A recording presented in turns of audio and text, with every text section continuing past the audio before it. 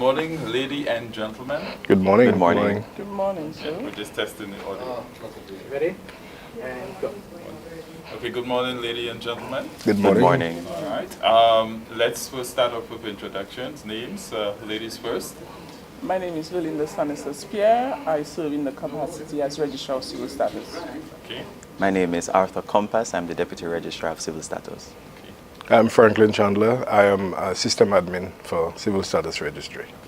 All right, Madam Registrar, we'll start with you. Today is a very special day, very exciting for the registry. Give us a little overview of what's happening here today. Well, I'll begin by saying that we are excited to be part of this digital transformation drive to bring to the people of St. Lucia accessibility of services across St. Lucia. And it's important today simply because the digital transformation drive will serve to ensure that persons from whatever area across St. Lucia would have access to the civil registration system. Excellent. And Mr. Compass, tell us about the services that will be offered on the DigiGov platform as we launch today. In the first instance, thank you for that question, we'll be having the applications for births and deaths. So those are the two services that will be on stream on the DigiGov platform in the first instance. As we move throughout the course of the year, there will be other services that will be coming on stream. But that is, of course, subject to the development of the vital records management system that the registry is currently implementing. That system is certainly with a view towards digitizing the records, with a view to creating efficiencies in the system so that we can provide the services in a more effective, timely, and diligent manner in accordance with our mandate. Okay. And give us a status, Mr. Chandler, of the new record system as you all are digitizing. Well, first of all, good morning again. Thank you. Well, where we are right now is a natural progression from where we started some maybe more than 10 years ago. Beginning with starting to digitize the images. These were the large registers that you would know, and then moving the data into actual databases. Now we are now incorporating some intelligence in there, and then we're going to get added value. By doing this, we'll get added value. The processes are going to be simpler, as the Madam Registrar alluded to earlier on, and that's where the St. Lucian public is going to realize all of the benefits of having a modern electronic system. Okay, Madam Registrar, some people may argue that not everybody has access to the internet and then to e-services. What is being put in place for persons who do not have that access, or maybe cannot use the system? Yes.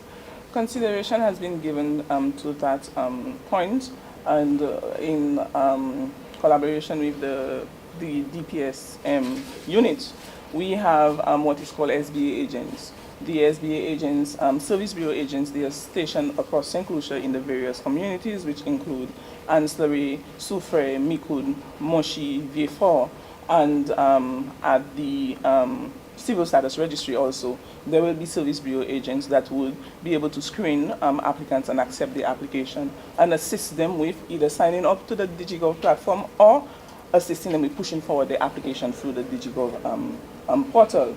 Additionally, we have at CSR what we call a service self-center service station, where citizens, if they don't have electronic devices or they don't have access to that service, they can proceed to the CSR registry, the self-service desk, and obtain access to the DigiGov system.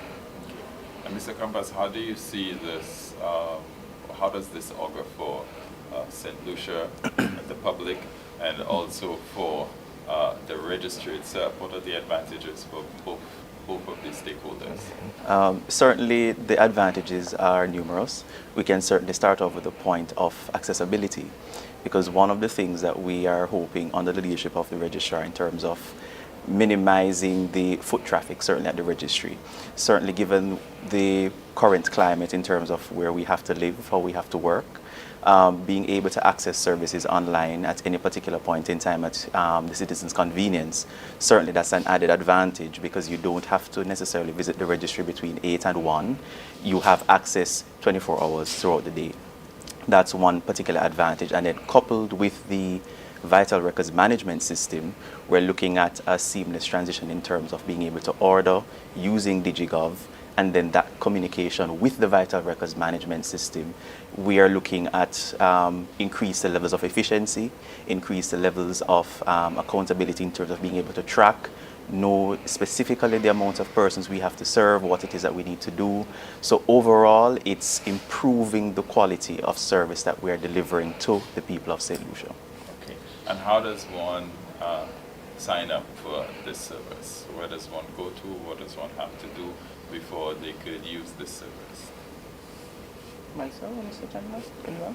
Well, persons would sign up for access to the service from the relative comfort of their home by signing up to access a DigiGov account, first of all, and thereafter they would be able to access the service through, so it's their electronic devices.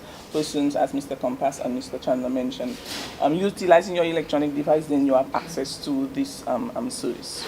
For persons, like you mentioned prior, that do not have access, then we provide the services across at the ICT centers across St. Lucia. Okay. And Mr. Chandler, in closing, what would you say to St. Lucians as this service is being launched today? How would you encourage St. Lucians to use this service?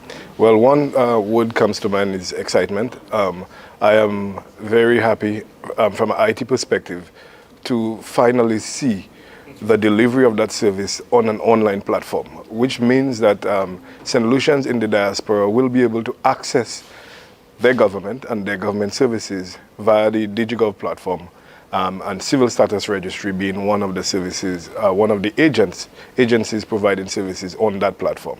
So we look forward to, as Mr. Compass and Madam Registrar said earlier, to continue to extend those services.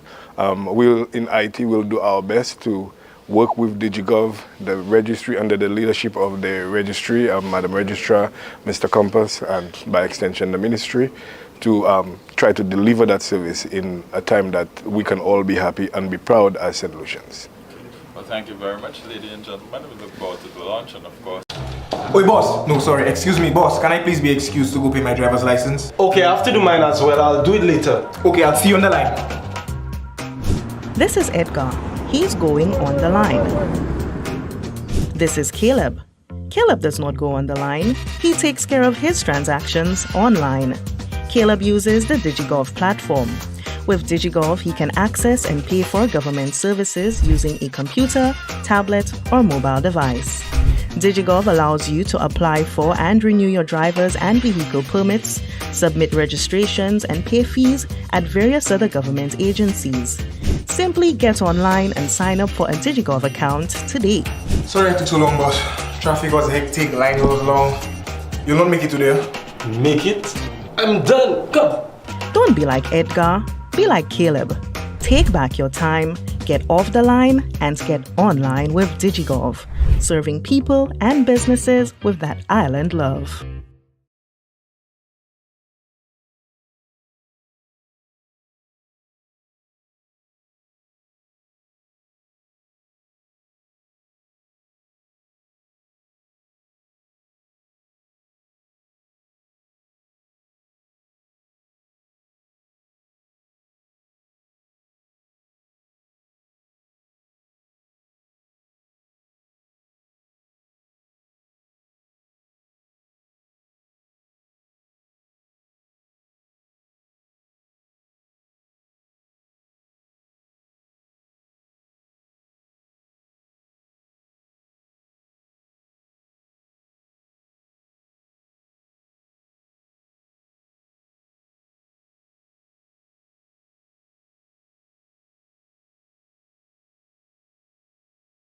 Of St. Lucia YouTube channel and DigiGov Facebook page.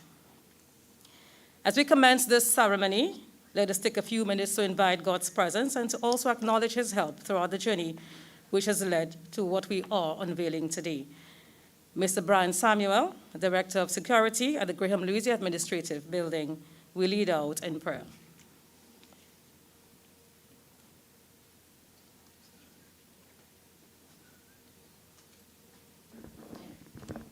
I invite you to stand.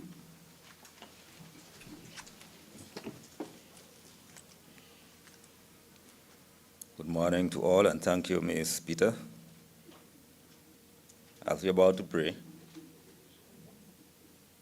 some people tend to bow their heads, most of us, some look up to the heavens. Whichever posture you decide, please adopt a posture of prayer. Father, our Creator, our life giver, our life sustainer.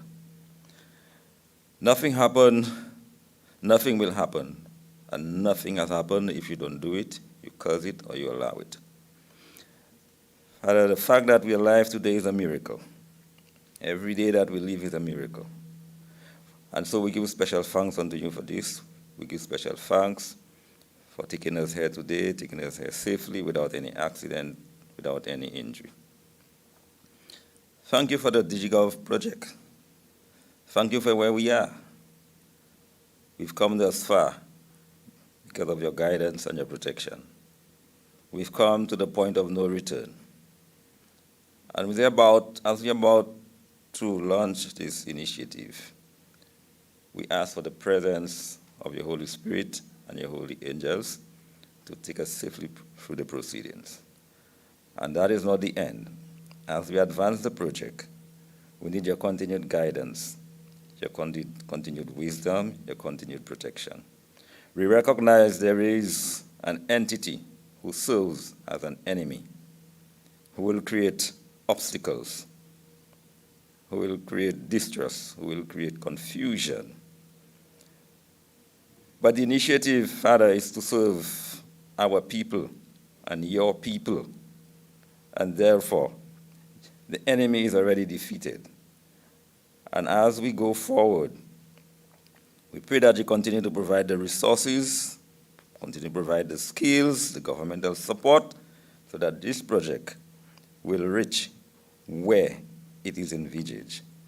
Hear our prayers, Father Yahweh, and grant us our wishes according to your mercies, we pray. Amen. Thank you very much. You may have your seat. Amen. Thank you, Mr. Samuel. The government of St. Lucia has invested a substantial amount of resources, financial, technical, and otherwise, in developing and advancing the island's digital landscape to making government services more readily accessible by citizens and visitors alike. The Civil Status Registry e-services, which for now only includes the online application of birth and death certificates, is just a fraction of the myriad of services, over 154, that are being provided via the DigiGov platform. At this time, I would like to call on Mr. Darrell Montra, Permanent Secretary in the Department of the Public Service, to the lectern to deliver the official welcome remarks.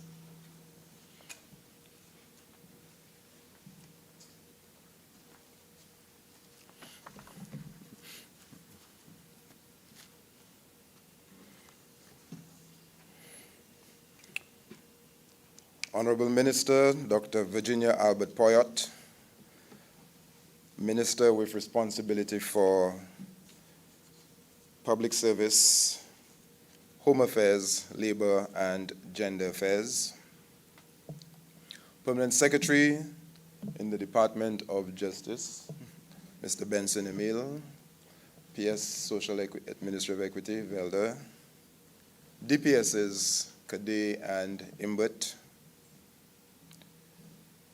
Mr. Marlon Nassis, Director of Public Sector Modernization, other heads of department, specially invited guests, members of the media, ladies and gentlemen, wherever you are viewing this live broadcast, a pleasant good morning to you and happy independence. The day has passed, but I think we're still in celebratory mode. Oh, I didn't recognize the registrar. Yes. Today, I have the simple task of welcoming you to the launch of the Civil Status Registry of E-Services, an initiative of the government of St. Lucia, and specifically coordinated by the Division of Public Sector Modernization in the Department of Public Service. We at the Department of Public Service have committed ourselves to doing better, doing different, and achieving more. And this is what the Civil Status Registry of e-Services will help us achieve. Why e-services? Why now? Now, I had my remarks typed up on this phone, and I intended to read it or deliver it from this thing, but I forgot my eyes. Because normally when I read, at least those who see, they will see that I pull up my glasses to think. So, but I typed up the remarks on my phone.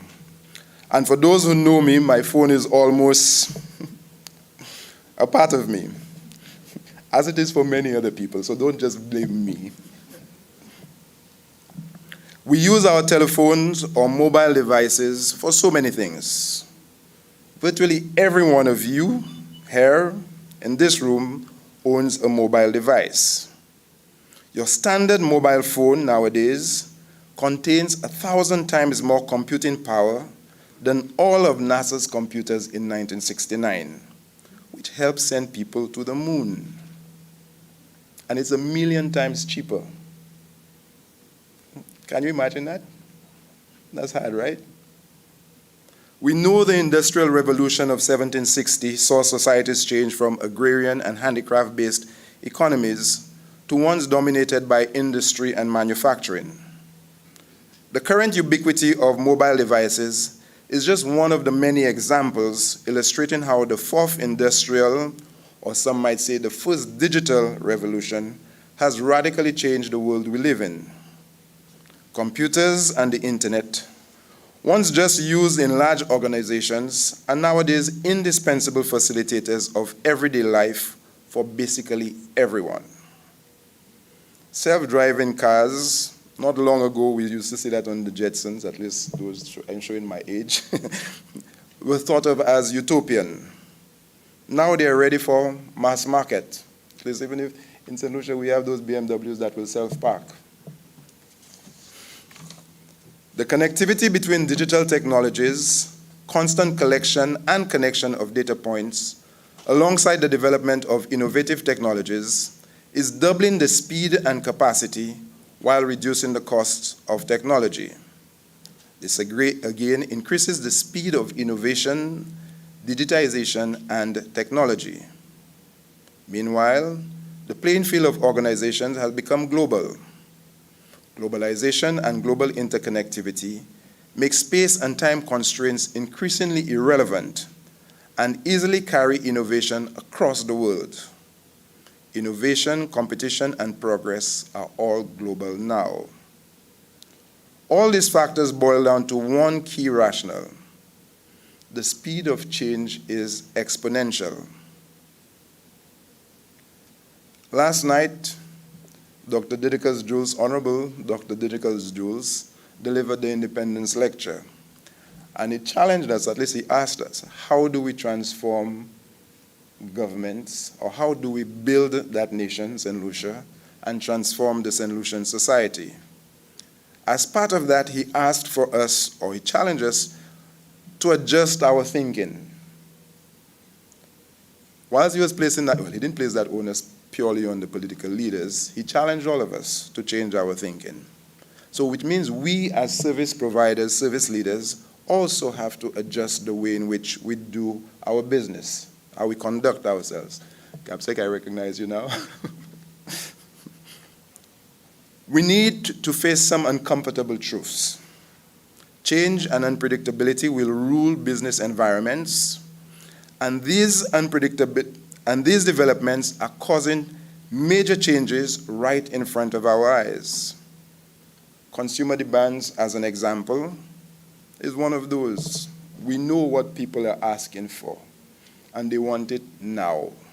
They don't have time for us to, and they really don't even care about some of our back-end processes. They just want good service as they want it. The business models, obviously, are changing as well, away from purchase and ownership towards more platforms, you know. They want to be able to deliver personalized instead of standardized service. The value of data has outpaced the value of physical assets as it makes services faster and easier distributed, personalized, flexible, cheaper, and consumer-focused. Some of our basic assumptions are also need to change. Industries are changing. The borders between industries are fading just as fast as industries are merging. The company's lifespans also in terms of product cycle changing. We're not taking 40 years to build and to deliver and to grow and to mature. Everything instantaneous. And if we can't respond, we're good as dead. And there's no end in sight for the exponentiality of the changes that we're seeing. A future driven by artificial intelligence or Internet of Things, smart technologies and environments, as well as unheard of computing power, will fundamentally revolutionize most facets of business, consumption, politics, and social life. Technology will more and more naturally merge with human life.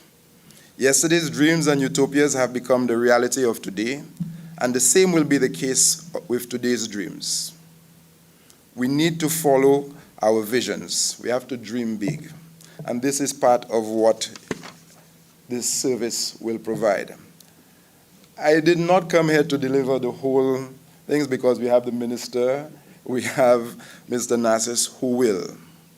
But some of what we have to recognize is that over the past 2 decades, whilst we, at least I say we, the government of St. Louis have undergone significant digital advancement from the initial e-government service, now we're moving into a far more integrated, more complex system. We need to re-engineer some of the underlying operations and processes in our government. And certainly the pandemic has provided a platform for us to do that. But you have others who will speak to all of those issues in greater detail. Today's activity, and those who will address us, will share with us not just the journeys that we have traveled, but why we are making those particular changes in the way we shall deliver services to our citizens, no matter where they roam. This launch was recognized as significant enough to be included in the Independence calendar of activities. The e-Services Registry is a tool that can allow us to move forward together. Truly, duversum. As we celebrate our 43rd anniversary of independence, we truly need to harness the creativity and give support to the initiatives that are being planned and will be delivered by our public services. People, I want to thank you and welcome you to the launch of our platform for e-services, Civil Status Registry. Thank you.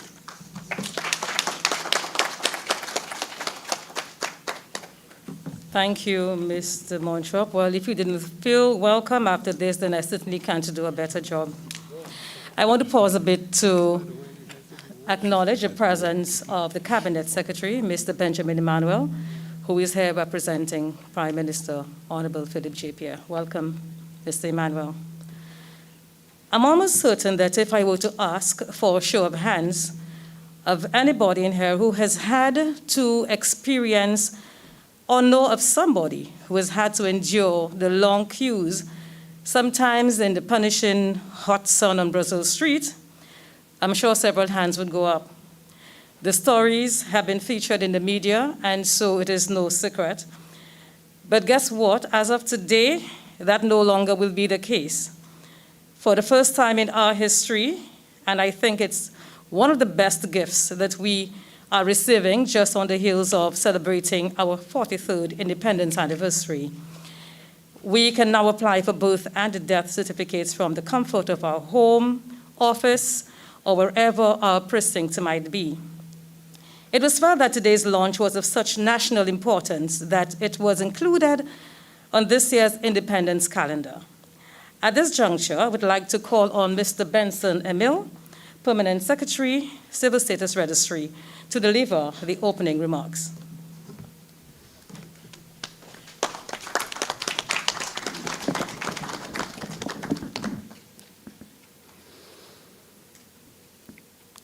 Dr. Virginia Albert Poyet, Honorable Minister, responsibility for the public service, home affairs, labor and gender affairs.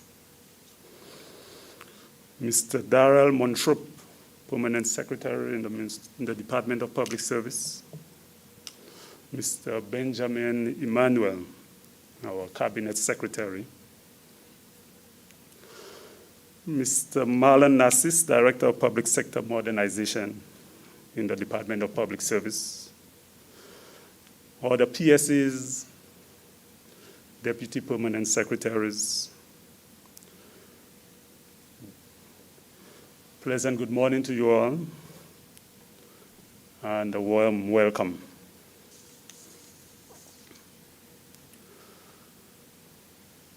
Today, we are partaking in the launch of the first phase of the Civil Status e-Services initiative on the digiGov platform.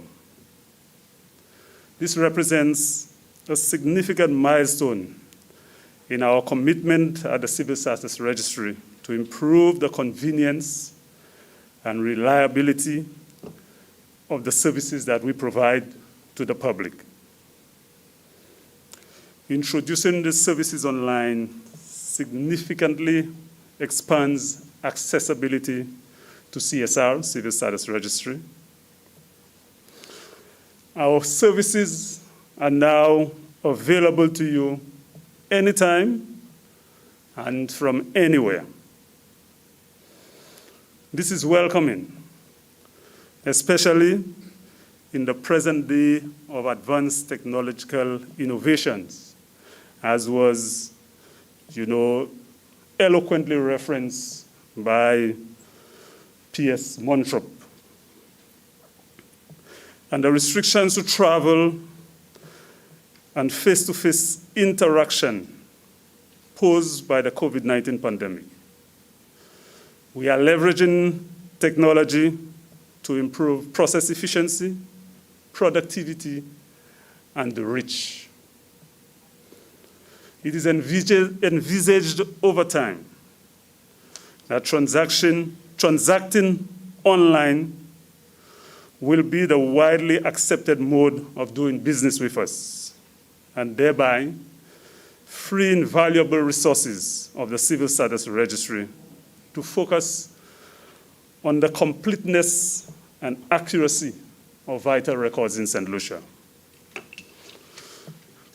The launching of the services of the Civil Status Registry today via the integrated e-services platform DigiGov effectively, as a first phase, allow online application for birth and death records, e-payment for the mentioned services, and that is birth and death records, the ability of online users to track the status of applications and to receive alerts and notifications in real time via email and SMS.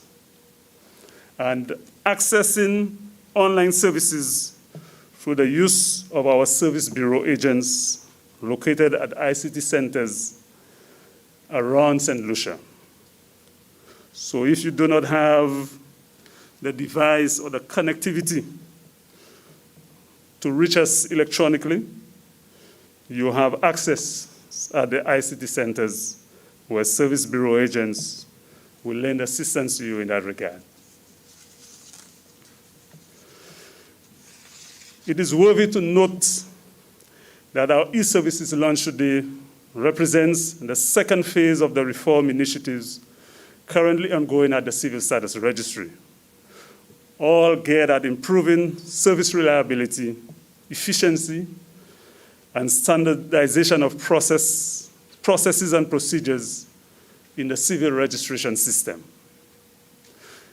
The first phase being the introduction and implementation of the Vital Records Management System, which is now interconnected with the DigiGov portal to facilitate online access to civil status services.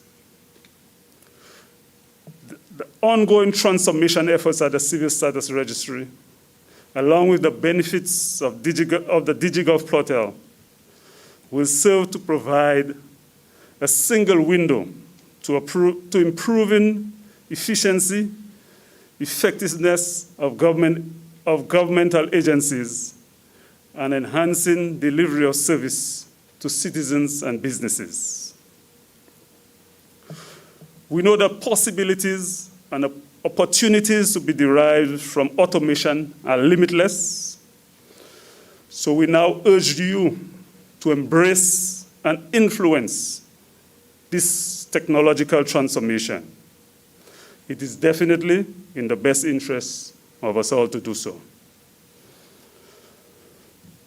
I wish to recognize and applaud the efforts of the management and staff of the Division of Public Sector Modernization as our partners in this endeavor, and to applaud as well the hard work and commitment of the management and staff of the Civil Status Registry in realizing this vision. Well done, team.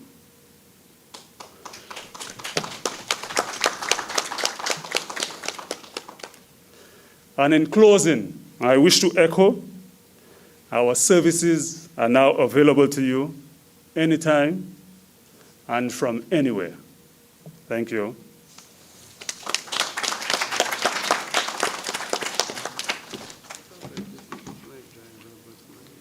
Thank you, Mr. Emil. Right now, I invite you to turn to the screen for a promotional video. There's always a background to everything, and so following the video, the Director of Public Sector Modernization, Mr. Marlon Narcis, will take us on a journey.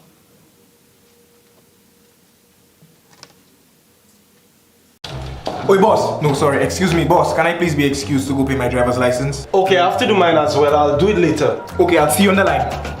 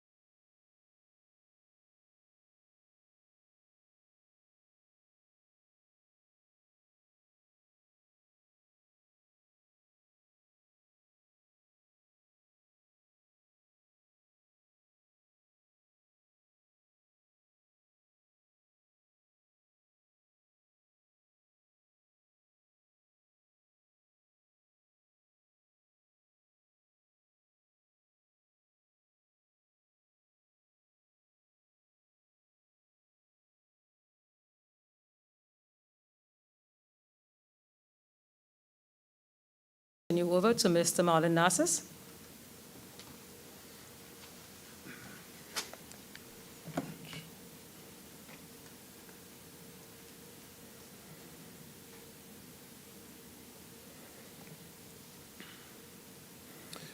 Honorable Minister in the Public Service, Home Affairs, Labor, Gender Relations, Dr. Virginia Albert Poyet, Cabinet Secretary, Mr. Benjamin Emmanuel, Permanent Secretary in the Ministry of the Public Service, Mr. Darrell Montrop, the Registrar of Civil Status, PSs and DPSs, other senior government officials, Civil Status Registry stakeholders, all our invited guests, colleagues, members of the press, good morning.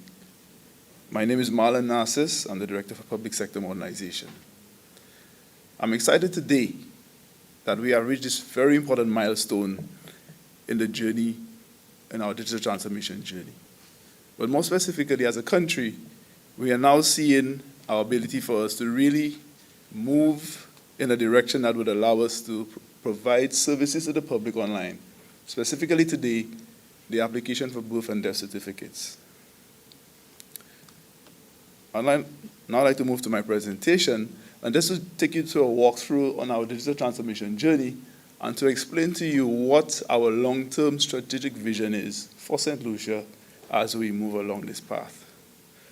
So many of you may not have heard of the Division of Public Sector Modernization. So who are we? We focus on the policy perspective for the government looking specifically at how we could harness technology and set those policies in place to support digital transformation. We also provide leadership to the government of St. Lucia, to the cabinet, to ensure that whatever policies that are set in place in other areas, in other sectors of the society or of the economy, are reflected in what we plan for the digital transformation agenda. We focus as well on pooling government resources, ensuring that we have the cadre of professionals necessary for us to move along this digital transformation path. And so it is important as we move along to really engender this digital transformation agenda to ensure that the innovation that we set forth to accomplish is accomplished in a very skillful manner. But what is digital transformation? In the context of government and the public sector, we see digital transformation as government's use of ICT to really improve on programs and services that would benefit the public. And this is very, very important as we go forward. But it not only focuses on technology, but it focuses as well on change management, the governance to ensure that we have the right frameworks in place to support digital transformation, and ensuring that there is constant stakeholder participation. And I'm very happy today that we can see so many stakeholders who've come out based on the invitation that we've had to really be part of this festive situation, activity. So digital transformation, who is it going to target? What are we going to do about it? And how are we going to achieve that? And within our framework, we focus on civil servants, citizens, residents, visitors, businesses and investors, and we ensure that we are able to consolidate government's data assets so that we'll then be able to have a streamlined process to provide those services. And so with this agenda, we're trying to make sure that every person, every sector of the economy, every sector of the society is impacted and can really participate in the digital transformation activity. There's a concept of digital citizenship and digital identity. And in fact, you cannot really implement digital transformation or any ICT solution for that matter without implementing a digital identity platform. This is the foundation for our digital identity framework. And this is one of the reasons that we started off this process with two of our key stakeholders, namely the Department of Transport and the Civil Status Registry, because we need to identify our citizens, our residents, before we can really provide them with those services.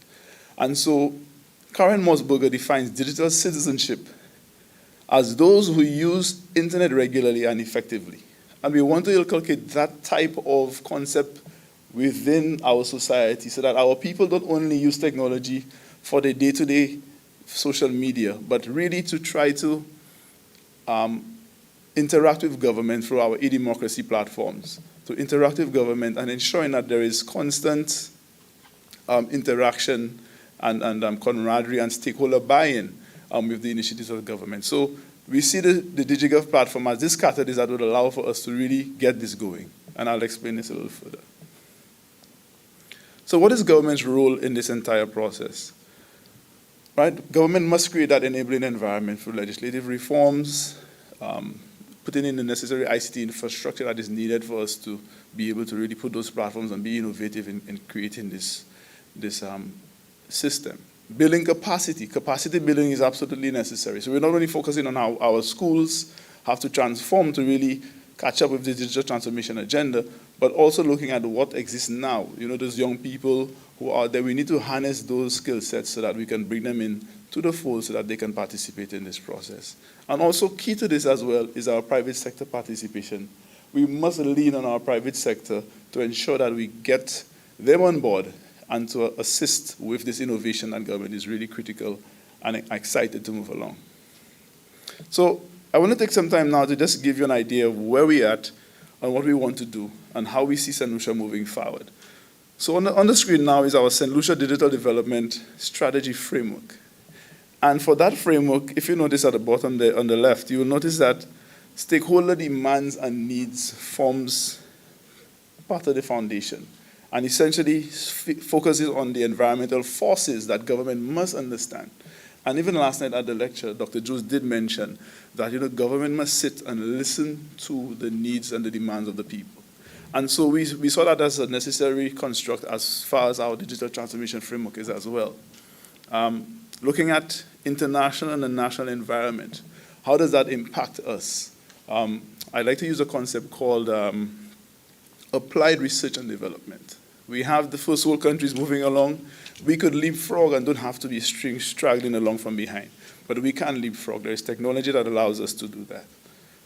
National development agenda. So what we did as well in creating this framework was consult with every other sector of the economy.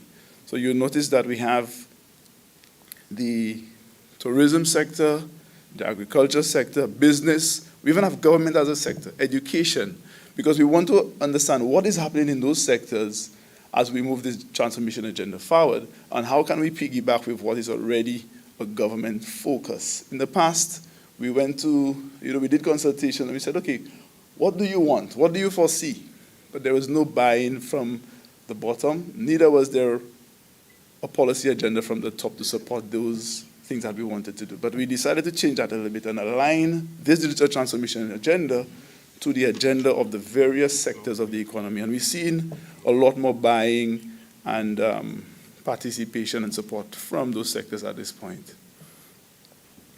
So I mentioned DigiGov earlier. DigiGov we see as the catalyst for digital transformation. And that essentially will move us from, it's a technology-driven shift, moving us from limited business hours, long queues, long processing times, to data-only ones where we can know that we registered on DigiGov, we have an e-profile as a digital citizen, and we do not have to keep putting the same information every time. When you go to the bank, for example, we need to give the bank our ID, they need to scan it or photocopy it every single time for us to cash a check. Government will provide digital identification to the private sector as a service, where all of our information would be readily available for verification in a secure and convenient manner. So DigiGov, what is DigiGov about? DigiGov focuses on connecting the people, connecting businesses, connecting government agencies, again, building internal efficiencies. That's the only way we could really provide those services as we're trying to do now with Civil Status. As the PS mentioned, we have integrated the DigiGov front end with the Civil Status Registry back end. And we had to building those internal efficiencies would allow us to really do that, to provide those services to the public. And also we have this vision where we can also connect with other governments across the region and internationally as well, both for government-to-government initiatives as well as to also facilitate business and trade for the private sector as well. So what are some of those building blocks that we see are necessary? Digital identification, we spoke about that. Legislation, training, policy, but we also want to focus as well on those cutting-edge technologies that would allow us to leapfrog and go forward. Blockchain technologies, artificial intelligence, mobile applications. All of these technologies are actually already being implemented using DigiGov. However, we see this as a baseline, and again, to be inclusive, to bring in the private sector to really support us on this journey going forward. I spoke of the National Authentication Framework earlier, and we will soon begin stakeholder engagement discussions on the National Authentication Framework, because again, when you speak of personal data, it is something that is very sensitive. And we must ensure that we have the buy-in of all the stakeholders, persons in the society. Some of our key stakeholders, like the NIC, we've had several discussions, and we actually have agreed on a technical way forward for us to be able to integrate with the NIC. We've already integrated some of our processes with the IRD, and we will be launching some of the ROSIP services very, very soon. The government will also be focusing on how we provide online services for the passport office. But more importantly, all of these agencies have their own separate digital identity system. And so by consolidating this and taking this a pragmatic approach towards identity management, we were able to really bring all of these identity systems together and have one system that would allow for us to identify our citizens and provide all of those services that we speak about. So what are some of the upcoming services that we see coming throughout the remainder of the year? The National Authentication Framework is one. The Registry of Company Services that you see on the screen, we have all of these services already in our user acceptance environment, where we're testing the functionality at this point. So we will soon be back here in a couple of weeks or months to launch those services on behalf of the Civil Status Registry. We will be looking at some of the services for the Department of Transport, specific to vehicle registration. And I can remember some time ago when we had our stakeholder engagements, the financial institutions were very keen and anxious to know that we're actually going to be having vehicle registration services where, again, government can provide those services to those institutions to verify information, verify identity, verify ownership of these vehicles as well. And as PS of Civil Status mentioned earlier, we will be having a second phase of the civil registry services, which will focus on marriage certificates, life certificates, registration of birth and death, and rectification. I think rectification is another big one. That persons have to do a lot of legwork back and forth to the registry just to get that sorted out. So we will provide those services online.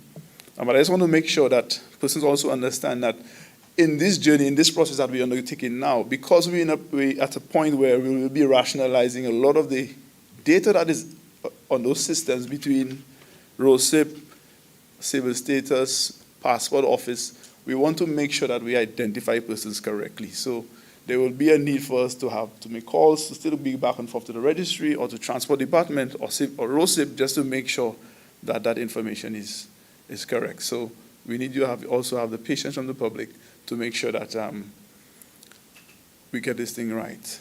So there's a concept that we speak of which is called value-added services. And this is why we say DigiGov is the catalyst for digital transformation. Because with the implementation of DigiGov, we will soon have job opportunities that were not existing before, right? We want to be able to provide persons to be able to integrate and connect into the platform, whether it's through development of mobile apps, whether it's for our identity management, identity as a service. We also will be providing the payment gateway as a service as well to our other government institutions where they do not have an ability to have a payment platform, but they can utilize the DigiGov platform to connect and to make payments. Industry. We want to be able to build up that ICT industry, expand that digital economy that we speak of all the time. And again, DigiGov will provide us with that opportunity to do so. Big data. How do we harness that data for us to really be able to make good decisions at the right time? So through our sister project, which is called the Caribbean Digital Transformation Project, we will be providing opportunities for the private sector to participate directly with this project. And so we're very anxious about the future at this point. So coming back full circle, looking at our digital strategy, we think it's going to provide, create equity, opportunity, and value in St. Lucia going forward in our economy. Prime Minister speaks about the youth economy, youth development. What types of policies are we putting in place from the digital transformation perspective to support youth development? Equity of opportunity, looking at how government can really provide that avenue for persons. I was speaking to a colleague a few days ago, and he mentioned, does the government have a school of any sort? I said, yes, government has a public sector training institute. But then that individual was more interested in what types of public service knowledge can be given to the public. So for example, the Finance Act, the Procurement Act, these are things that the public should be aware of and have some information on, whether it's just a one-day training just for them to understand, hey, what are the procurement rules that governs the government's decision-making forward. So again, how do we create opportunity for them to be able to get access to those things? And again, it also helps us to build our capacity. Business innovation. We want to put a process in place or policies in place to help the private sector to become more innovative, right? And it doesn't have to mean that a company provides a tool for productivity, but they could improve on their productivity by embracing the use of technology as well. And as I spoke of earlier, identity management. This is key as we move along this transformation journey to ensure that we are able to identify our persons, identify our citizens and residents as we provide them with those critical e-services in the future. Thank you very much.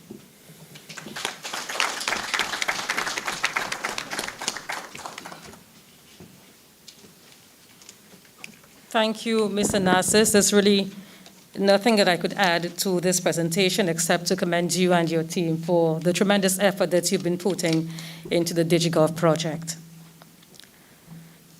Government's support for the continued success of the digital transformation taking place in St. Lucia requires that the enabling environment be created, such as implementing the requisite policies that would ensure that St. Lucia remains on the cutting edge as far as technology is concerned. And so at this juncture, Minister for the Public Service, Home Affairs, Labor and Gender Affairs, Honorable Dr. Virginia Albert-Poyet, will deliver the keynote address.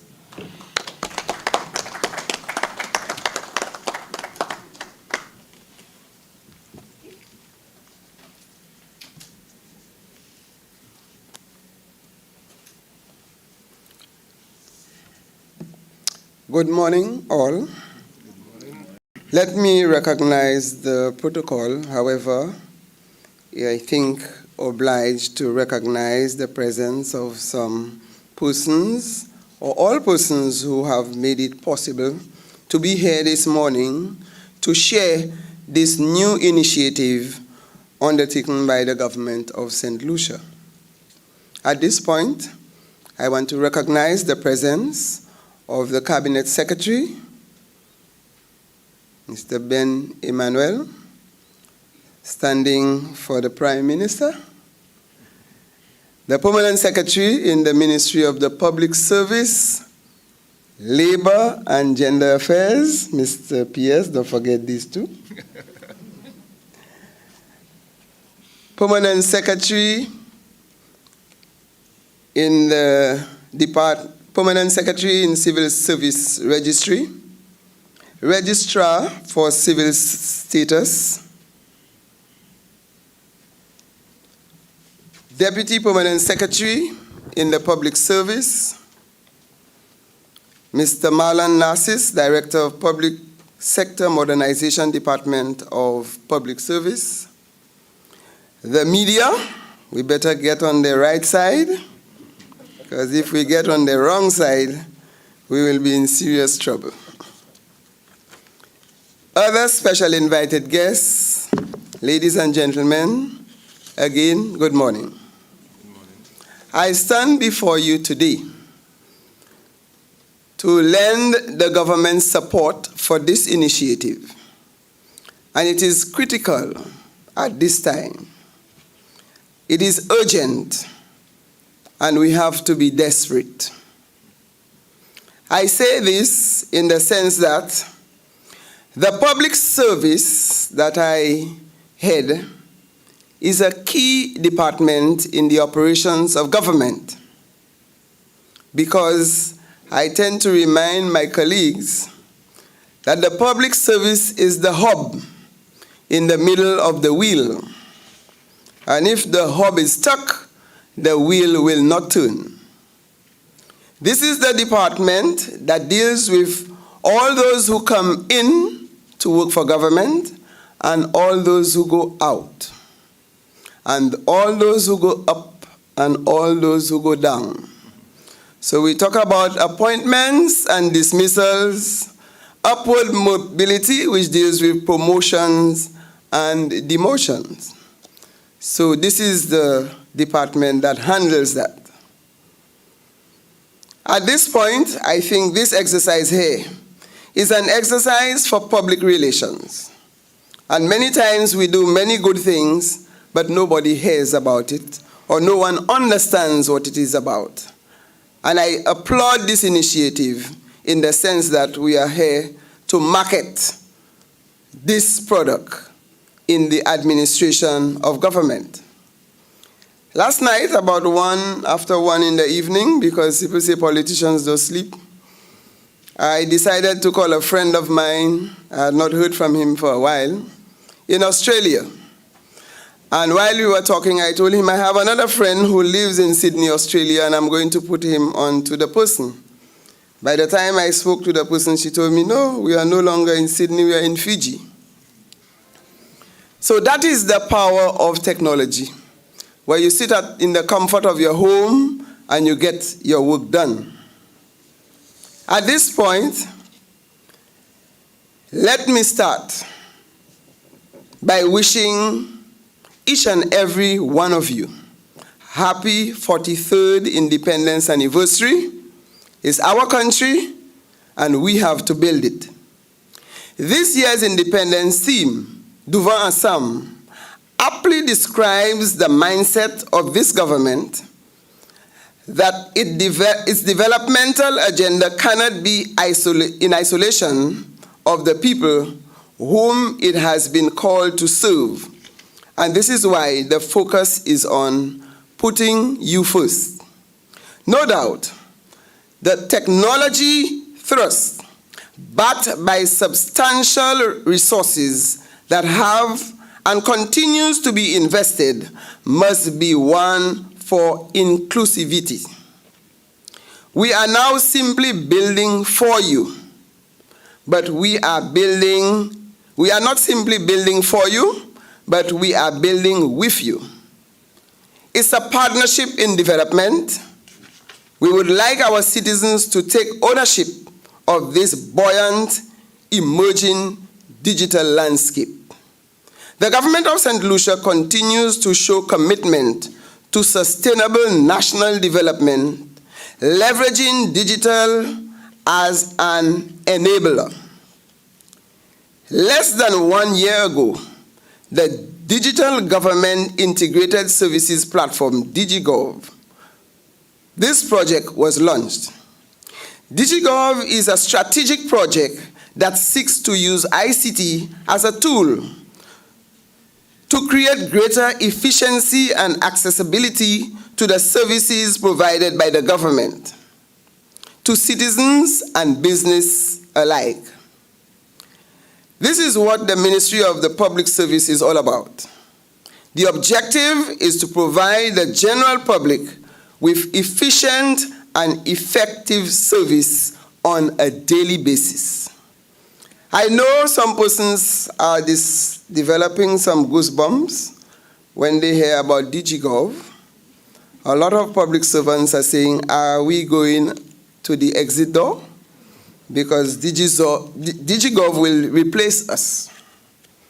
Well, I can reassure you that DigiGov is not there to replace you, but it is there to enhance you.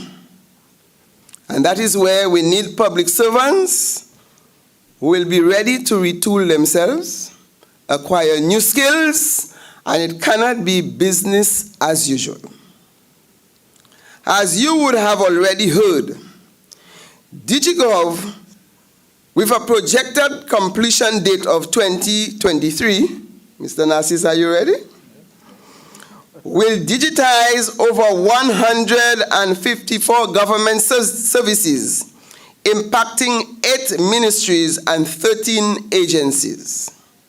The launch of the Civil Status Registry e-services, which we are witnessing today, is all part of efforts by the government of St. Lucia through the division of the Public Sector Modernization to modernize and transform public sector services.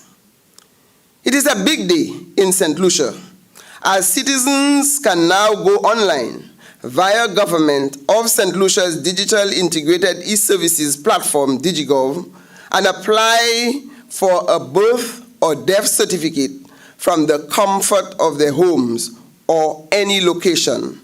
And you know the pains that St. Lucians have had over the years in trying to get their birth certificates, the death certificates, getting things rectified.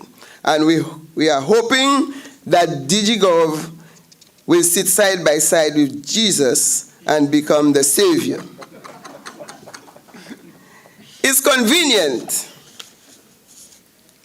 and hassle-free, and the public have the option of paying online. Now, this gives rise to, they must have the formula for paying online. You know they like to hold their little $100 bill. I hope your DigiGov can absorb that. Huh? So that means they will need their debit card or credit card to access this online, or utilizing any of the government's treasury offices. This is expected to result in greater efficiency, productivity, and shorter collection time. The impact of COVID-19 pandemic on the local economy underscores the urgent need for St. Lucia to fast-track its actions to gravitate towards a digitally enabled society, and thus fulfilling its commitment to the Millennium Development Goal number 8, develop a global partnership for development and avail benefits of new technologies. A review of the current digital landscape indicated that we have made progress in our efforts to promote and create a digital economy. This is evident by the implementation of a number of major programs, such as the Caribbean Regional Communications Infrastructure Program and the Digital Government Integrated Services Platform, DigiGov. Although we have made significant strides and recorded some milestones, more work is needed, however, to improve the average level of schooling from secondary education to tertiary education, which will be one of the necessary components for the country to shift to a knowledge-based digital economy. As an educator, as they say, once a teacher, always a teacher. I support the intervention that will encourage a focused approach to improve digital literacy and the development of digital skills.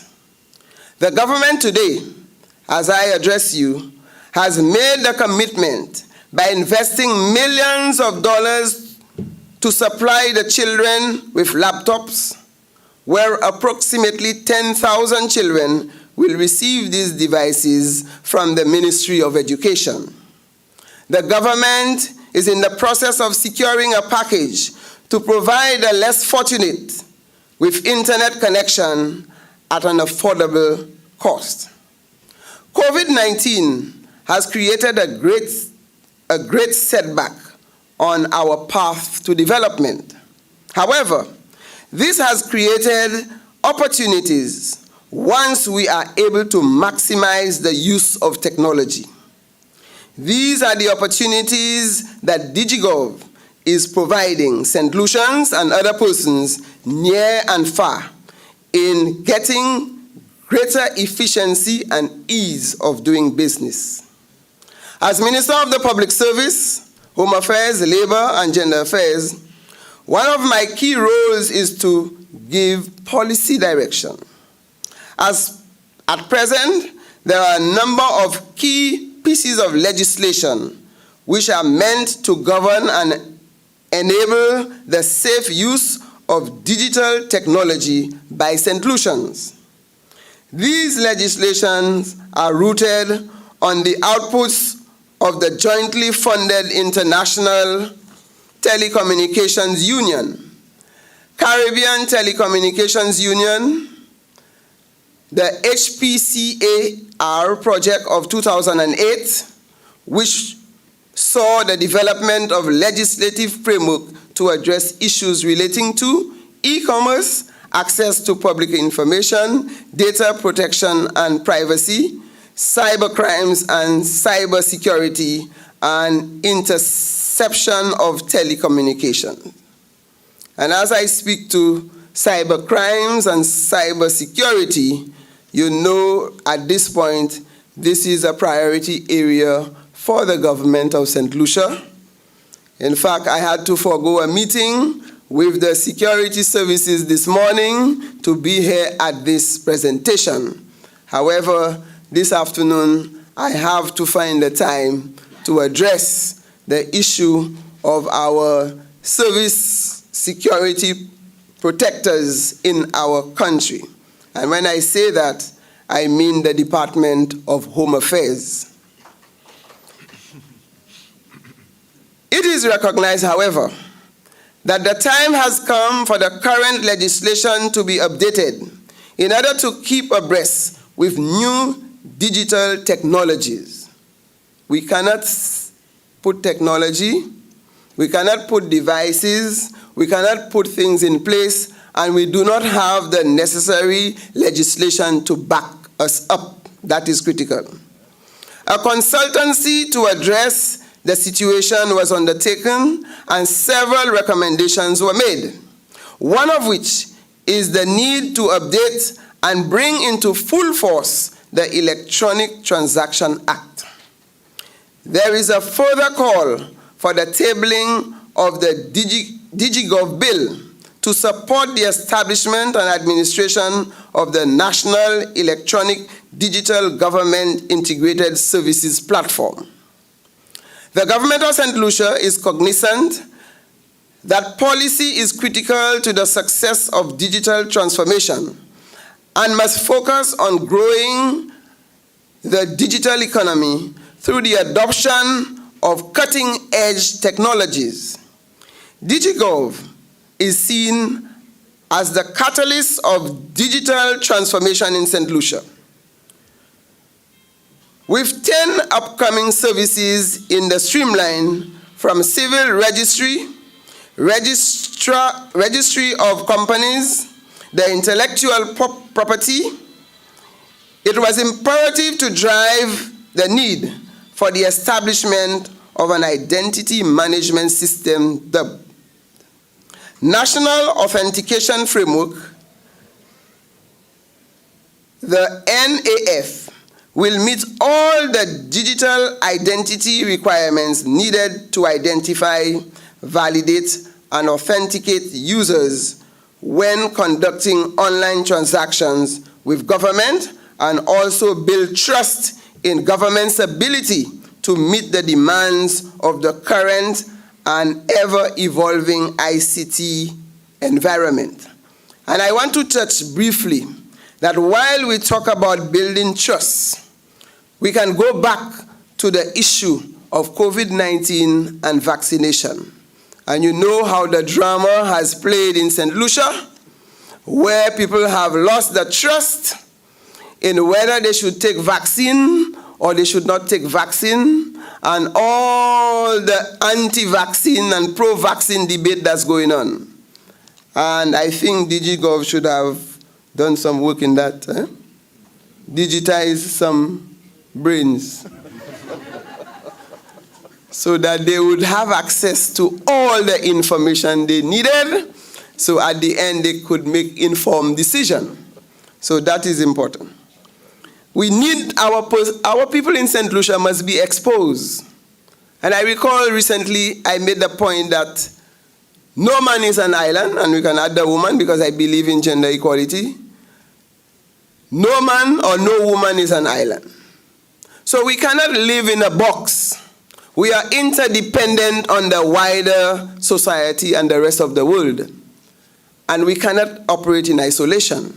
And I think DigiGov will open the doors so that our people in St. Lucia will be more informed. They will engage in more critical thinking and scientific research so that they can take informed decision. They cannot just get a degree by reading something on WhatsApp or on the internet. I think it will require something more in-depth than this. We need to be mindful that over the past 10 years, the government of St. Lucia has made significant progress in creating an open and collaborative government by leveraging on its early e-government efforts to deploy digital services to the public. Government's policy is critical to the success of digital transformation and must focus on growing the digital economy through adoption of cutting-edge technologies by harnessing private sector innovation and know-how. At that time, the government of St. Lucia digital technology journey focused on how government can provide support in 3 critical areas: capacity building, private sector participation, and enabling environment. That is critical. By capacity building, we look at programs to meet the needs of the market, non-traditional careers such as web design, graphic artists, mobile app development, IoT, and big data. Training and awareness on using technology as a tool for skills development, participation in governance, craft, business, and quality of life, and retooling and reskilling. So I'm sending a note of warning to the employees of government. No matter what department you work, you have to begin to think of retooling and reskilling, or else DigiGov will leave you behind. Private sector participation, creation of new entrepreneur activities, e-commerce and cross-border trading, ease of doing business, trade facilitation, growth accelerators, including innovative hub, marketplaces, co-working spaces, single windows, trade, public services, competition policies, and provisions for traditional companies to compete in the digital ecosystem.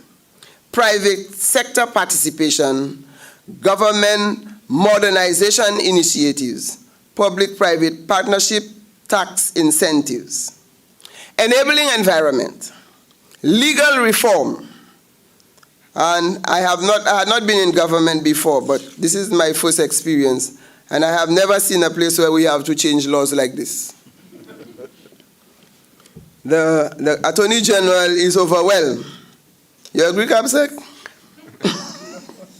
Strengthening of ICT infrastructure to ensure universal access.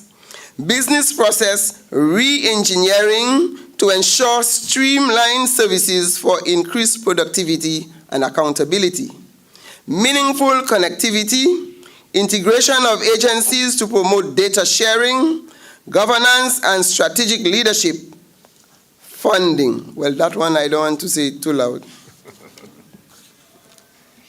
We need to give the assurance that this framework will further support the data protection and privacy principles as one of the first steps to a collaborative effort in protecting consumers' data and privacy. St. Lucians believe in their privacy.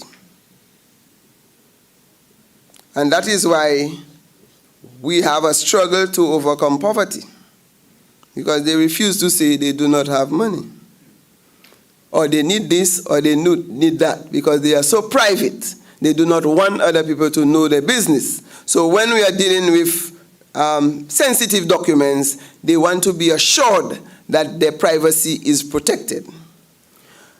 To the consumer, this comes in the forms of access rights and restrictions, consent, profiles, passwords, access to wide range of public services, and other security mechanisms for a single sign-on. This further supports the concept of digital citizenship, which will allow for all users of the system to create personalized digital profile when conducting business with the government of St. Lucia online. It is also aligned to our digital transformation strategy with a specific focus on equity of access, access to ICT and ICT resources for all. E-participation, equal opportunity for all citizens to participate in the development of digital economy. Data only once. Securely connect and exchange data between systems to increase efficiency and transparency. And digital ID securely identify users on all platforms across Government of St. Lucia. Our projection is that by extension, digiGov platform will set St. Lucia as the region's leader in digital transformation. The project seeks to establish an estimated, as we said, 154 services in its first phase, which will leapfrog St. Lucia's, making it the place for doing business. And I just want to raise the alarm bell, Mr. Narcis, that some people are so anxious for these programs, they find digiGov is moving too slow. So we have to find ways of stepping up so that when they see 154 and the numbers where we are, we have a long way to go. As a result, as we engage the people, we will know the areas that we need to prioritize so that we meet their needs and do not allow any level of frustration on their part. digiGov is an enabler for digital transformation. As an enabler for digital transformation, will incorporate the use of new and emerging technologies, such as artificial intelligence, as you stated earlier, predictive analytics, lot and blockchain to enhance on the way it operates and transact with its citizens and businesses. Strategic use of these technologies will facilitate our vision of building a smart government and a smart St. Lucia. I just want to borrow quickly from a lecture we had last night by Dr. Didicus Jules. And when I left here last night, I told him, this place looks like a school that I have to return tomorrow morning. And here he stressed the issue of ideology and leadership. And this government, as part of its ideology and its mantra and its theme, we are focused on putting people first. And Dr. Jules also spoke about building a nation and shaping a society. And that has to be done through consultation, and we have to listen. And as Minister of the Public Service, and as I speak on behalf of the Prime Minister and my cabinet colleagues, our focus is on grassroots. We need to get the people involved. We need them to understand what we are doing so that they develop a greater appreciation for this and they participate in the process. As I mentioned, we have to get the policies right. But the policies must come from the people, and we reflect it in government. We cannot tell them what is right for them. We allow them to tell us what they think is best for them, and we formulate that into policies. Education is the answer to our problem, and we need to reshape our education system. It is not the same that we knew. It was not like before we had the blackboard and the chalk and talk. The children are ahead of the teachers now because they have access to technology, and that makes life easier. The teacher becomes a facilitator. You are no longer the knowledge bank. The children do not depend on the teacher for everything. They have access. And this is what we talk about. And then we have to engage civil society. We cannot do things on our own and the general public, they are not informed. They do not have a say. And this begins to shape the ideology of this government. We need a strategy, and as we say, technology is one way to go. Participation, involvement, consultation, it is time-consuming because he did tell us that we have only 388 working days. That's for the 5 years. And at the end, you leave a legacy. But digiGov also emphasized the issue of policy. the issue of leadership, and the issue of evaluation. We cannot just do things without checking whether we are on course, whether we are meeting our goals, whether we are meeting our objectives, whether we are satisfying the public. And I need to remind public servants that we are here to serve the public, not ourselves. And we have to do it efficiently, we have to do it effectively, and it must be of high quality. For too long, we have been hearing persons complaining about the quality of services they get in the public service. Somebody told me there are 30% of public servants who do the work of the other 70. So do you think I have to go around and watch for that? No. You have a minister, there is a permanent secretary, there is a deputy permanent secretary, they have heads of department, and they have the workers working in each unit, sometimes in a department. We have the people with the skills, we have the people with the knowledge, we have the people with the talent. All they need is a little push, what we call motivation and commitment, to remain professional in the work that they do and to serve the public. This is the legacy. You don't get enough pay when you work for government. We call it deferred gratification. So when you retire, maybe you'll get a little gratuity and pension. But when you come to work for government, it's because you are committed, you love people, and you want to see them happy. So let us make it a profession and not a job. If it's a profession, you develop a love for it. And we are hoping that DigiGov will make it a lot easier for you to do your work, and you do not have the strain, the frustration. Let us get it right. In closing, it is my fervent conviction that our investment in building and advancing the digital landscape will reap immeasurable benefits, and that our young citizens in particular will capitalize on all the benefits that technology has to offer. The government is committed to the development of its people, and this is why our slogan and theme continues to be putting you first. We have to put the people first. And I think I will give each public servant a little logo or add there. So when the customers come and the public come, they'll say, oh, thank you very much for putting me first. So that is the way to go. And I applaud the Department of Modernization in the public service. I applaud the Civil Service Registry for taking the lead. We have a few ahead of you, but you are on your way, and we are providing a necessary need for our people.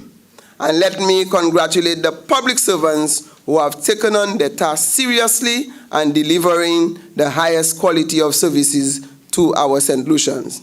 I just want to remind all public servants that the prime responsibility is to provide efficient and effective service to the wider public. On behalf of the Prime Minister and my cabinet colleagues, I want to thank you for your time, for your effort, and your sacrifice. We are all in this together. I thank you.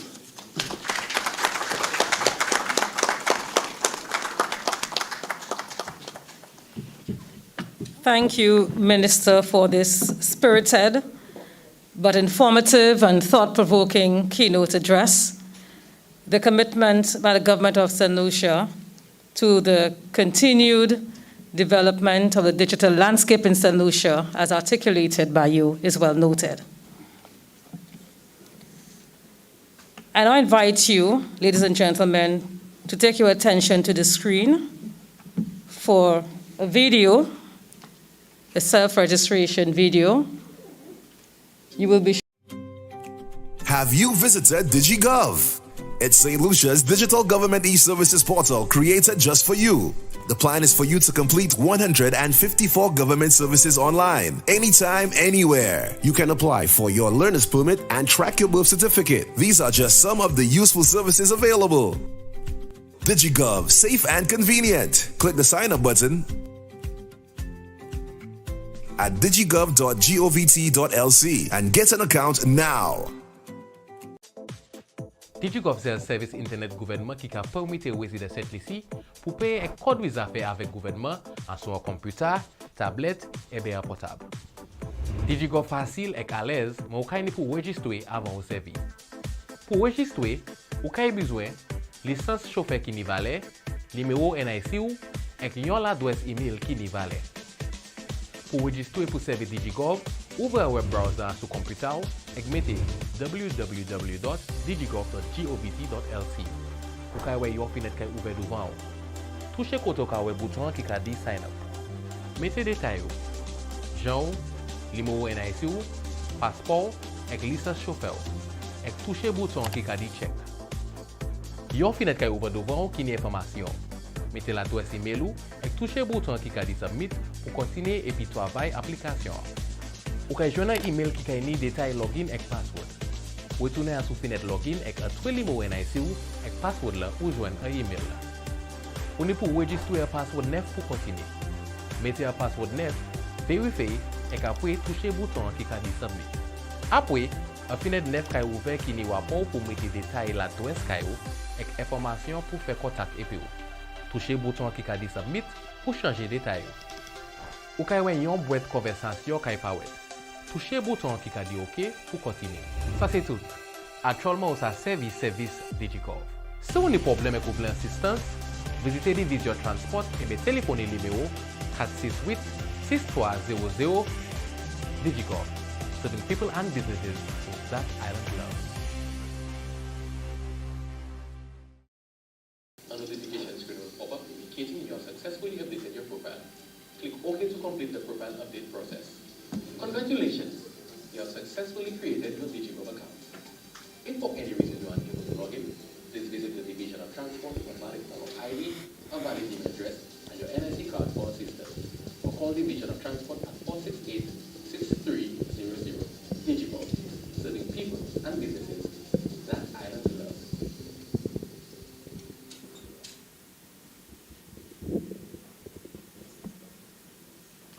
Okay, you know, we are a bilingual society, so we have the Creole version at this moment.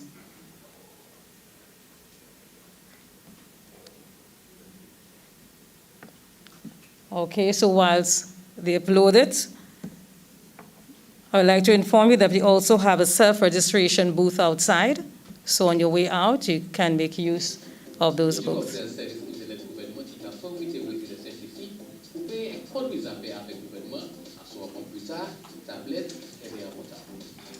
DigiGov facile et à l'aise, vous pouvez enregistrer avant le service.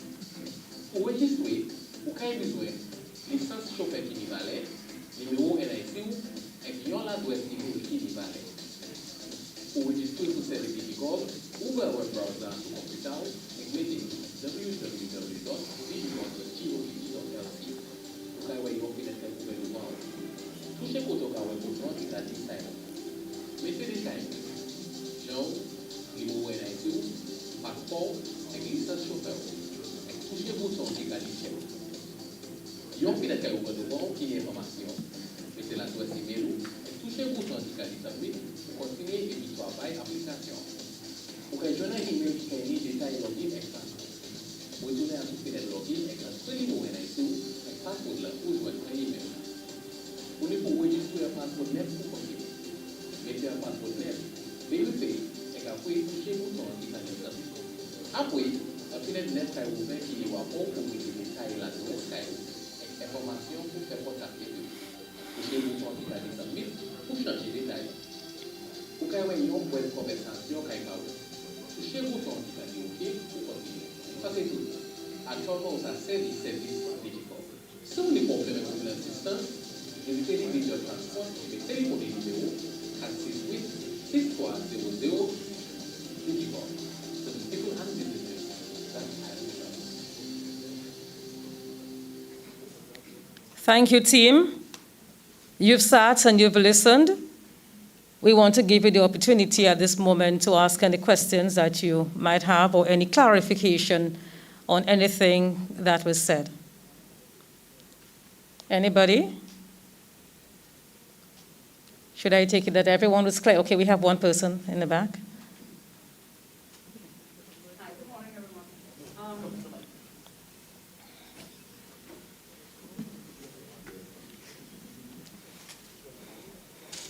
Hi, good morning. Danielle Begas, marriage officer. Why is it we can only have to use the driver's license? Why not an ID card to register? Okay. Can I redirect this question to Mr. Dassis?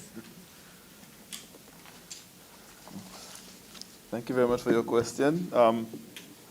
So as we said earlier, DigiGov is a catalyst for our digital transformation process. But we had to focus as well on our identity management systems. And looking across government at the different identity management platforms, so we had driver's license, we had the passport office, civil status to a certain extent, NIC, we recognized that we needed to be able to rationalize person's identity before that. So we selected the division of transport as our proof of concept for our digital identity management system because we had a large cohort of persons who already had driver's licenses. So on review of that system, we identified 54,000 drivers. And out of the 54,000 drivers, there were 15,000 records which had anomalies in them. So the person's first name didn't match some information at NIC. And then we also identified 1,500 duplicate records where persons had the same NIC number on the system. And so we took on the responsibility now of rationalizing that, streamlining that information, identifying those individuals to make sure that we clean up the data at transport.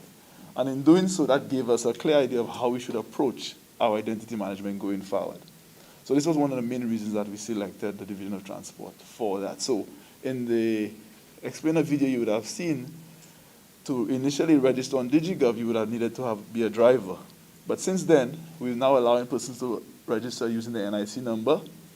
And our next phase would be the implementation of the National Authentication Framework, which you'll then be able to register onto fully without having the requirement of being a driver in the past. Yes. You're welcome.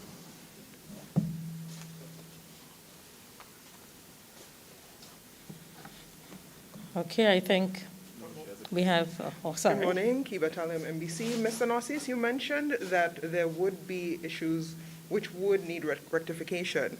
What impact does this process have on limiting the need for such errors to be corrected? Can you repeat that again? Okay, you mentioned that, of course, at some point there would be issues that would need to be rectified within this process, given the fact that we are moving to a more digitized space. Yes. One of the challenges posed by members of the public is issues with records needing rectification. So given this particular streamline being taken, how does it impact the lessening of such a need? Yes, so if we go back to Civil Status Registry, the registry essentially has a record of our births and deaths. However, on the system that they used before our modernization efforts, there was not any unique identifier in their system, right? So a lot of times you would have records without the child's name on it, for example, and there was no unique identifier that would have said, okay, who was the parent, right? So in setting up the National Authentication Framework, we have the system in such a way that we recognize the parent's name, mother, we look at the father as well, and on the system you will be able to identify all of the information on the parent, right? And then all of the information on any siblings that they may have on the system, and then we're able to cross-reference the information. Right now, I'm not too sure of the percentage, but we have a very high percentage at this point of the rectifications on the platform. But we started from 1964 coming up, and once we're through with that set of data, we'll then go backwards, even further back, to rectify that information. So by registering onto the NAF, for example, once the NAF officer has been able to verify all your information, going forward, there will be no need for rectification, because as Civil Status as a partner would have already allowed us to investigate your information to to make the correction in your information if it's necessary. It also allows us at this point as well to allow somebody to do a rectification. So for example, if somebody applies today for a birth certificate on the platform, once the civil status officer has recognized there is an anomaly on the person's record, you then need to come in physically with your supporting documents to rationalize that information. Once it's done, then going forward, you will not have to do that anymore. We're also going to be assigning every citizen and resident a NAF ID. So apart from your NIC number, you'll also have a National Authentication Framework number. And on the on the registry system, we'll also be registering your NIC number as well. Currently, they don't have an NIC number assigned to the individuals, but we're going to be doing that as well. So going forward, all of your information would be seamless on the system. And we also have another project that we hopefully will be embarking on soon under the Caribbean Digital Transformation Project, which focuses on our land registry. So eventually, we will be able to tie our citizens not only for their birth, but to their land, their businesses, etc., and the tax. Yeah.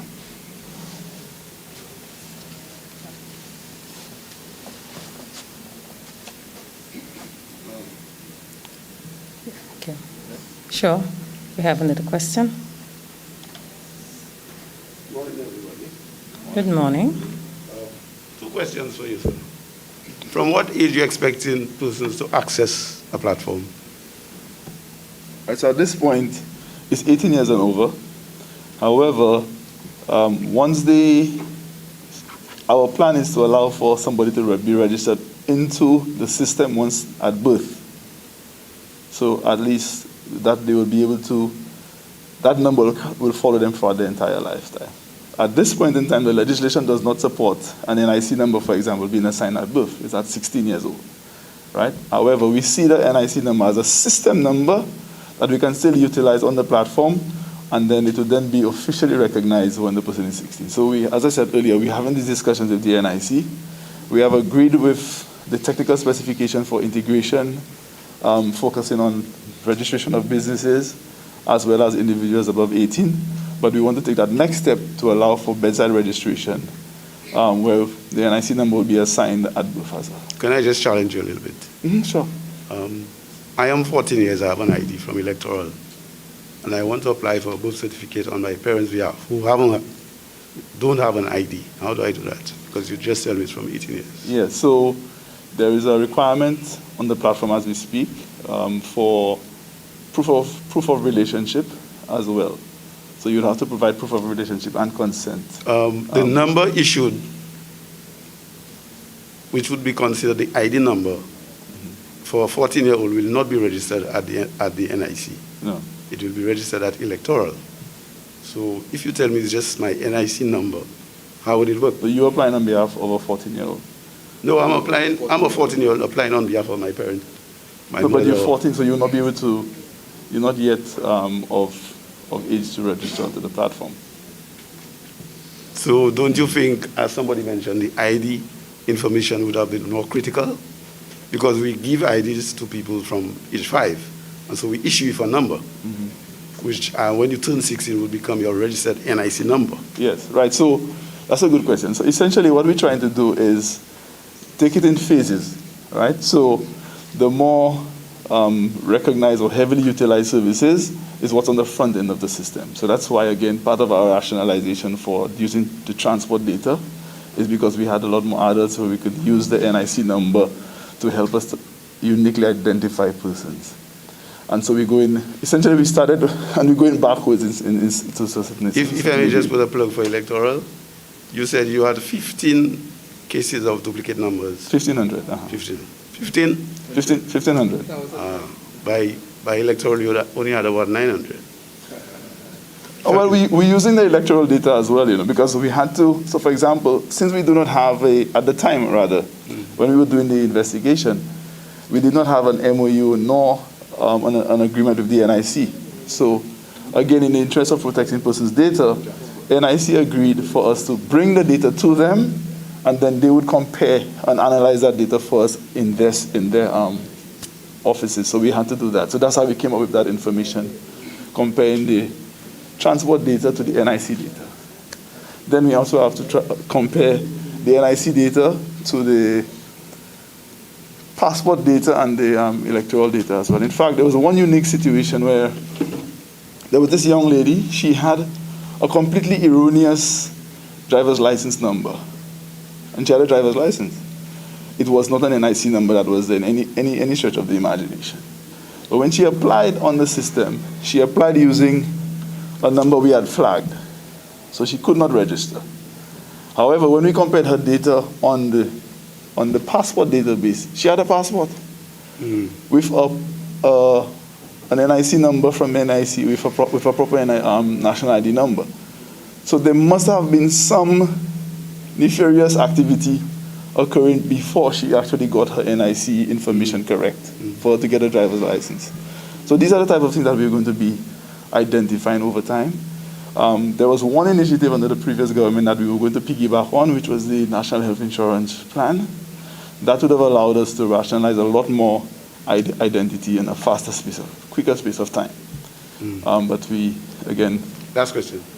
At what point would you integrate the electoral system or the ID system on the platform? Electoral is sometime this year, and we're going to be moving away from the current system and be using digiGov for all of their electoral requirements. Okay, thank you. You're welcome.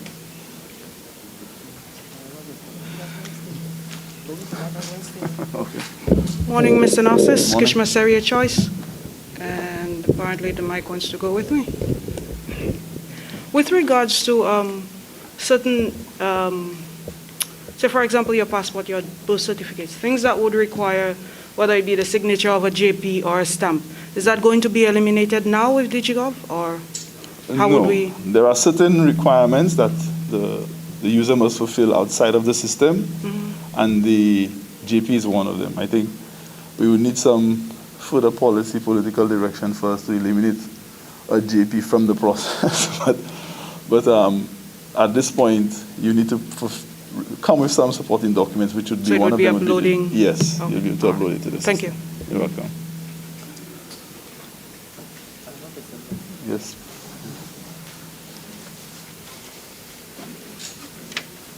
Yes, I just want to ask, how do you see digiGov contributing in combating crime, and especially cyber crime? And I just want to mention that there are a few cases we have, and maybe if we had the technology, it would not have happened.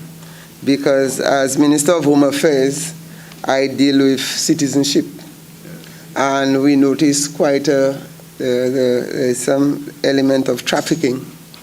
And it was picked up in Martinique. And Martinique was the one that alerted us. And we did not have the scientific evidence to verify that. So persons were coming into St. Lucia to get their citizenship, declaring whoever St. Lucian as their father, brought in the documents, and there were a number of persons, but at some point they discovered there was one person where the mother and the child had the same father. And that is where Martinique picked it up, and they alerted us. So I want to know, how would digiGov help us to deal with situation dealing with crime? Thanks for that question, Minister. So that's two or threefold. So one, with the registry system that we're integrating now, there's a requirement if you need to apply. So for example, persons use deaf information to steal person's identity. So in applying on the legislation that we have it in St. Lucia right now, where anybody can literally go and apply for a deaf or birth certificate about anybody else, we needed to make sure that there were some controls on the platform to at least ensure that not anybody can just, in the convenience of a home, do that. So there must be proof. You must provide proof of relationship. That's one.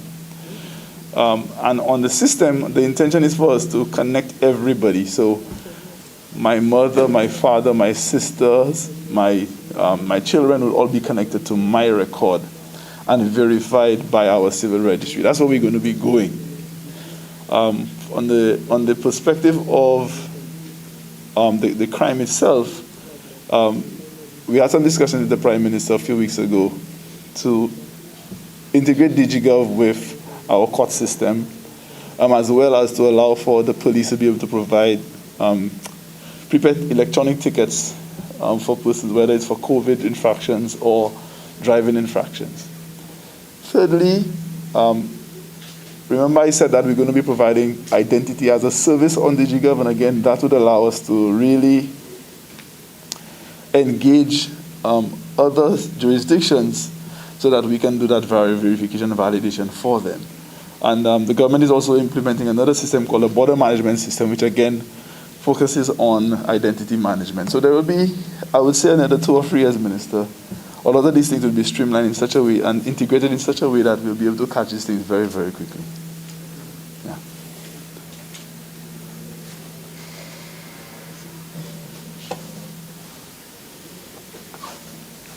Okay, I take it we've come to the end of the question and answer segment. Well, this takes us to the end of today's ceremony. Remember, we're advancing our digital thrust with a strong emphasis on collaboration in keeping with our independence theme, Devant Assam. You were indeed a great audience. I enjoyed being your mistress of ceremonies. I hope I did not bore you. Do have yourself a wonderful day. Okay, good morning, ladies and gentlemen. Good morning. Welcome to our special interview segment. Let's start with introductions. Let's know who you are. We'll start with the lady. Denise Joseph from the Change Management Specialist for the DigiGov project. And I am Johannes Kodra, technical lead on the DigiGov project. Okay. I'm Marlon Narcis, project manager for DigiGov. All right, we'll start with the project manager. Marlon, give us an overview of DigiGov. Right, so DigiGov is a one-stop government shop for providing online services online, government services online. To date, we've had about 18 services, and today we're launching the Civil Status Registry services for births and death applications. Yeah, DigiGov essentially is the catalyst for our digital transformation agenda, really trying to encourage persons not only to use technology for their social activities on a day-to-day basis, but to focus on how they can really enrich their lives through the use of technology. And we think that government has a role to play in that. And this is one of the reasons why we've embarked on this DigiGov project, focusing on services, but also building on efficiencies internally of the internal operations of government as well. All right, Denise, you're the change specialist. What is the vision and the objective for this project in terms of how the public interacts with government and the government services? Where are we going with this project? Okay, first and foremost, we trying our best to transition government from a manual way of operations to one that is computerized. And as such, we see that shift that is needed within especially our internal stakeholders. So one we were looking at, first and foremost, reskilling leadership, getting them up to providing the resources that is required for them to be able to do their job more efficiently. And as such, the public in return will benefit from it because they could stay right at the convenience of their homes, in their vehicles, and access government services, interact with these internal stakeholders. So the vision moving forward is to get St. Lucia to a place where we could actually access government services online, anywhere, anytime, using any device. And there is no need to actually go to a physical office to interact with government. So we are trying to change the digital landscape for St. Lucia. Okay, very good. Joanne, this involves a lot of data and private information. What is in place for security of all of this data on the system? Well, thank you, Chen. Security is one of the major concerns for us. So currently on the platform, there is 24-hour monitoring of the platform to ensure that we have that our data is secure. So there are different levels of access on the platform, You also have us. We have a cybersecurity team who constantly monitors the platform. The platform is always updated based on cybersecurity trends. You also have a lot of segmentation on the platform. So the administrative portal is not accessible via the public or and is only accessible over the government network. So we do a lot of that kind of segmentation to ensure that your data is secure. There is also, we also are working with our partners to ensure that we have the right legislation in place to support the DigiGov platform and to help protect your data that government holds. And Denise, what are the services that are currently available on the DigiGov platform?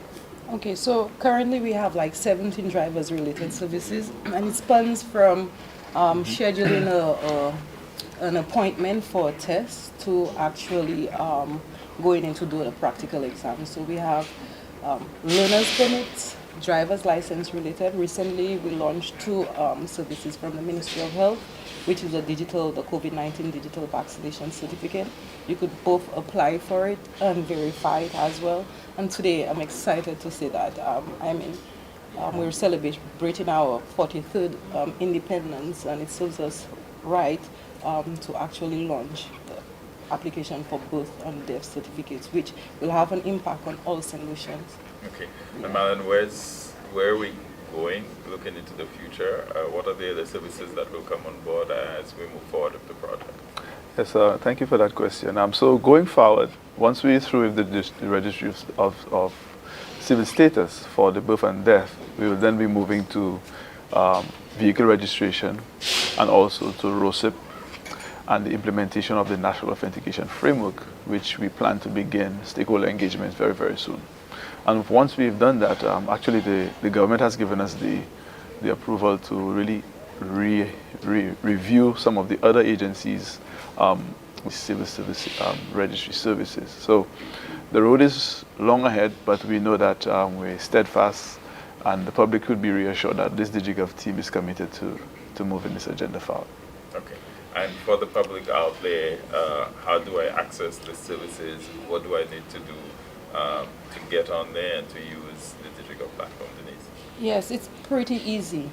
3 simple steps. 1, you visit DigiGov, www.digigov.govt.lc. If you do not have a DigiGov account, you sign up for it. The requirements for signing up is your driver's license or your NIC number, and a valid email address and telephone number. And basically, you just follow through some basic instructions, and also you will have to attach some supporting documents to verify your identity. And it's as simple as that.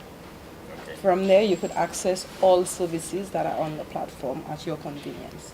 All right, very good. Looking forward to the launch of the new services today, and thank you very much, and also looking forward to all the other services that will come on board in the future. Thank you. Thank you. Thank you.